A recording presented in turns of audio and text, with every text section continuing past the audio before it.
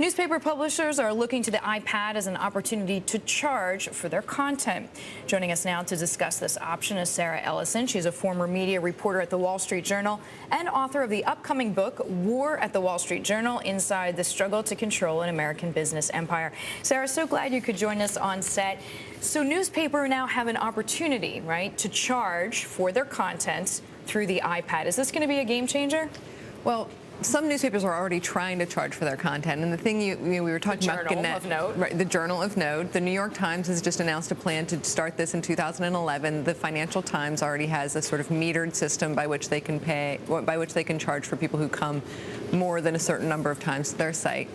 This is going to show. I mean, the iPad is another sort of area of this charging for your content. So we were just talking about Gannett. USA Today is a newspaper that you read because it's outside your hotel door or it's inside your rental car. For someone like Gannett, this is neutral to bad because it's either irrelevant because your readers aren't going to be really having an iPad. They're not going to be the people who are early adopters of this. For people who have been investing in their newspapers, like the Wall Street Journal, like the New York Times, who have a potentially loyal audience that's going to be willing to pay for. I mean, you can already pay for the Wall Street Journal online, but you're going to be able to. You know that paper extremely well, and right. I mean, obviously, as part of your book, I'm sure was this huge decision that Murdoch made to charge for content and count on that loyalty. Right. I mean, the Journal's always charged for content. The decision for the Journal for Murdoch was whether or not they were going to give up the paywall, and at a certain point it seemed like it was a great idea, but now it seems like it was very, very smart to keep the paywall because the advertising meltdown has happened and you need to have an additional revenue stream. So what the iPad allows is the potential opportunity for newspapers to showcase themselves in the sort of beautiful old school way, but on a screen where people can carry it around. The problem is that for someone like different newspapers, for again Gannett, which is announcing this morning, you have the strength in local newspapers. So they've always been their strength has always been in their distribution, whether it's USA Today or they happen to be in a small town where you're going to be buying the paper. For them, the iPad is either irrelevant or bad. One of the bloggers who actually was somewhat disappointed with the iPad did say the one exception to that is what he could do with the New York Times. He's made a specific reference to that, saying it was extremely interactive and an interesting way to read the paper. Right.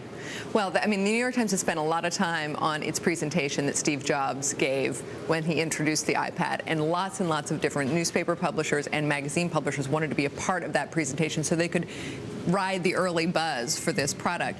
The thing that we haven't talked about yet is to the extent that iTunes has given another revenue stream to the music industry. Yeah, it's going to be the same model. But it's not that great. I mean, you used to be able to sell CDs, now you can sell a 99-cent song, which is fine, but it still gives Apple a tremendous amount of power, and it gives away for the newspaper industry the power that they used to have over their databases and their customers and all the information that they used to have on the people that were buying their newspapers. So it's a good thing, but it's also sort of a bit of a bargain. So what's the best thing, let's put it in the perspective of newspaper execs, is the best thing they can hope for that a reader uses something like an iPad and is kind of excited about the way they can interface with the material and continue to be loyal? Is that sort of the best case scenario for them? Exactly. I mean, that is the best case scenario, and that's what people are hoping, and that's why everyone is excited about the iPad, because it is a bit of new news and excitement around the publishing industry.